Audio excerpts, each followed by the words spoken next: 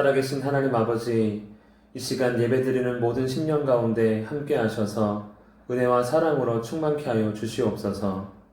우리의 마음 가운데 주님을 모시고 주의 뜻대로 살기를 원하오니 도와주시옵소서.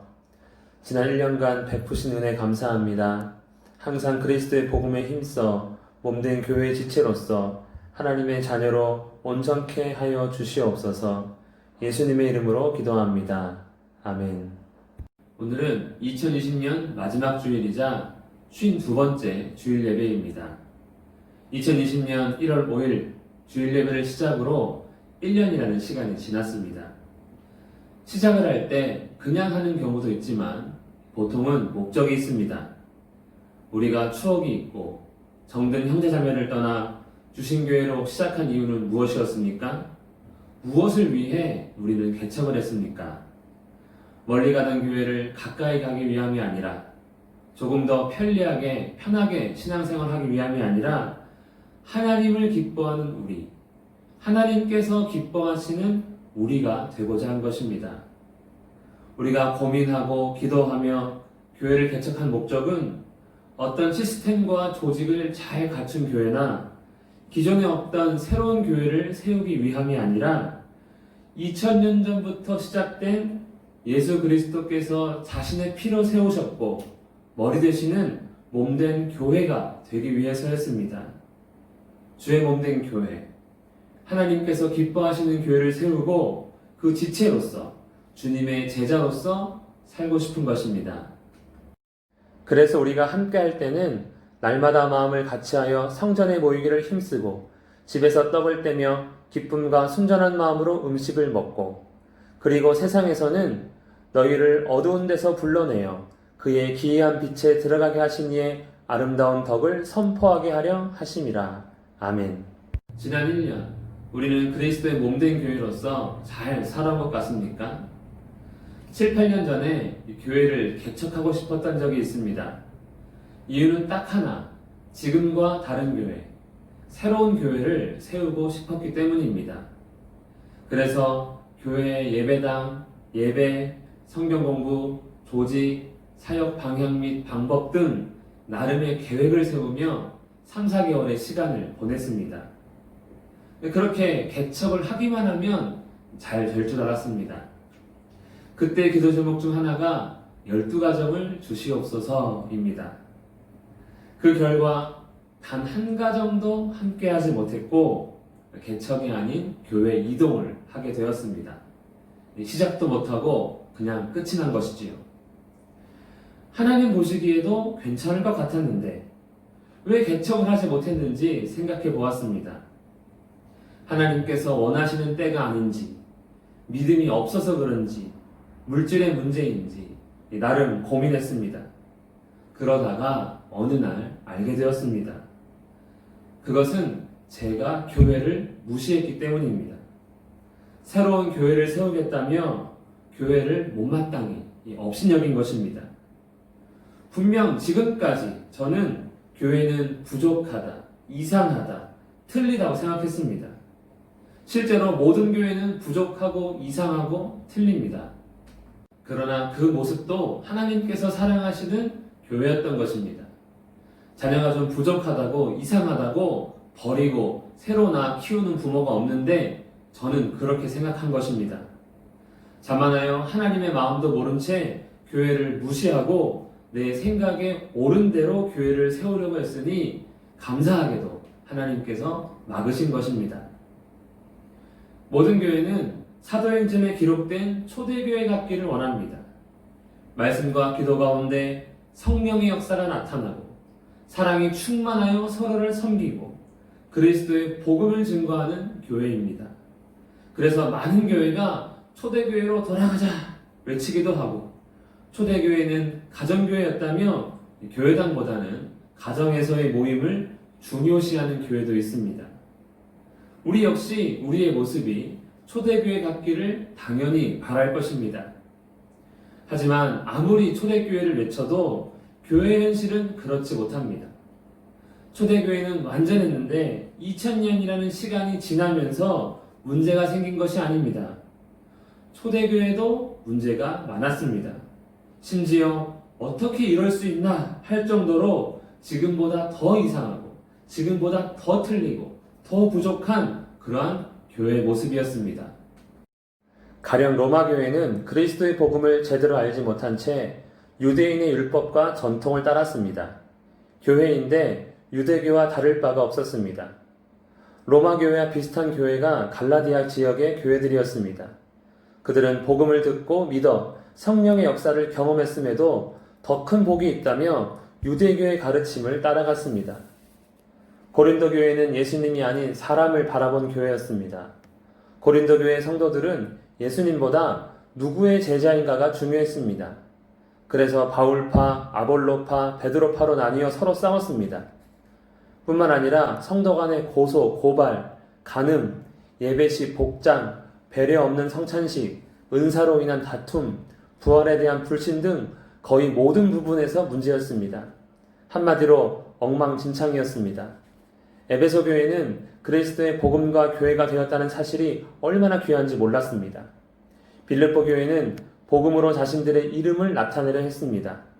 골로새 교회는 믿음이 아닌 신비나 환상을 체험하고자 했습니다. 그럼에도 하나님의 교회인 이유, 하나님께서 말씀으로 곧 말씀이신 예수님을 통해 우리를 낳았기 때문입니다. 태초에 말씀이 계시니라. 말씀이 육신이 되어 우리 가운데 거하심에 자기의 뜻을 따라 진리의 말씀으로 우리를 낳으셨느니라. 아멘.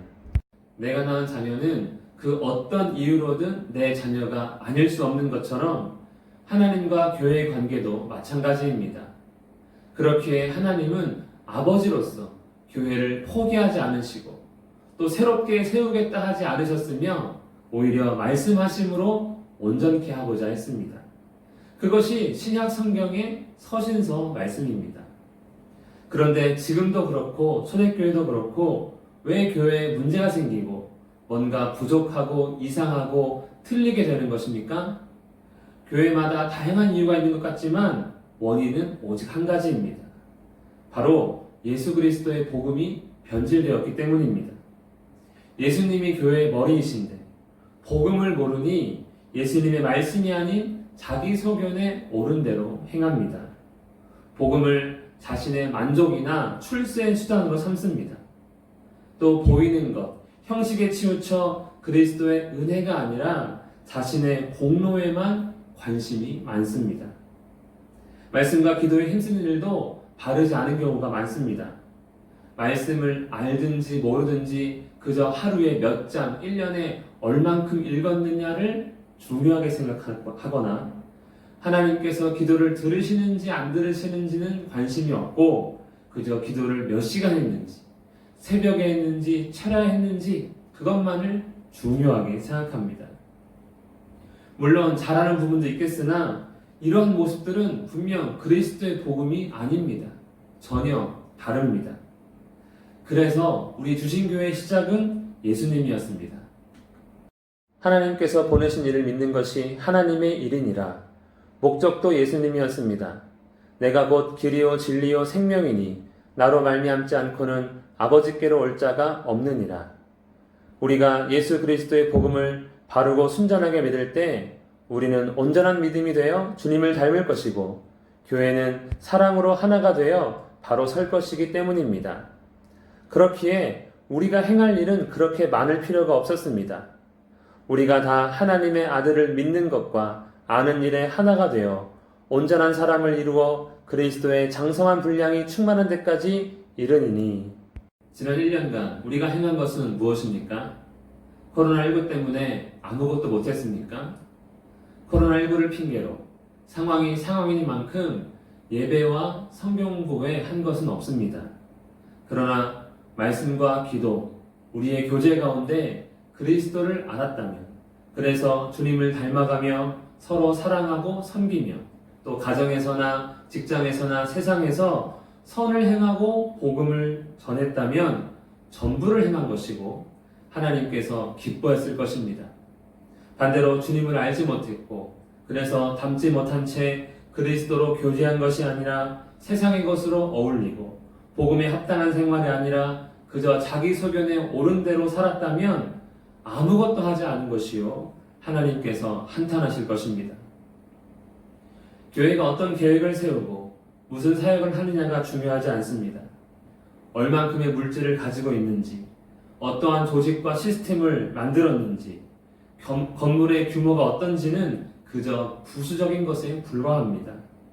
중요한 것은 그리스도의 복음을 순수한 모습 그대로 보존하고 그리스도를 아는 것과 믿는 일에 하나가 되고 우리가 서로 사랑하는 일입니다.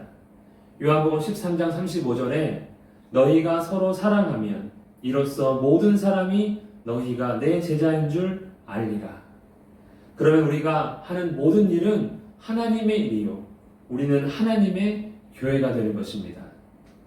지난 12개월 동안 4개월 정도 모이지 못했습니다. 2020년 마지막 주일인 오늘도, 또 12월 31일 밤도, 또 1월 첫 주일도 우리는 모일 수 없습니다.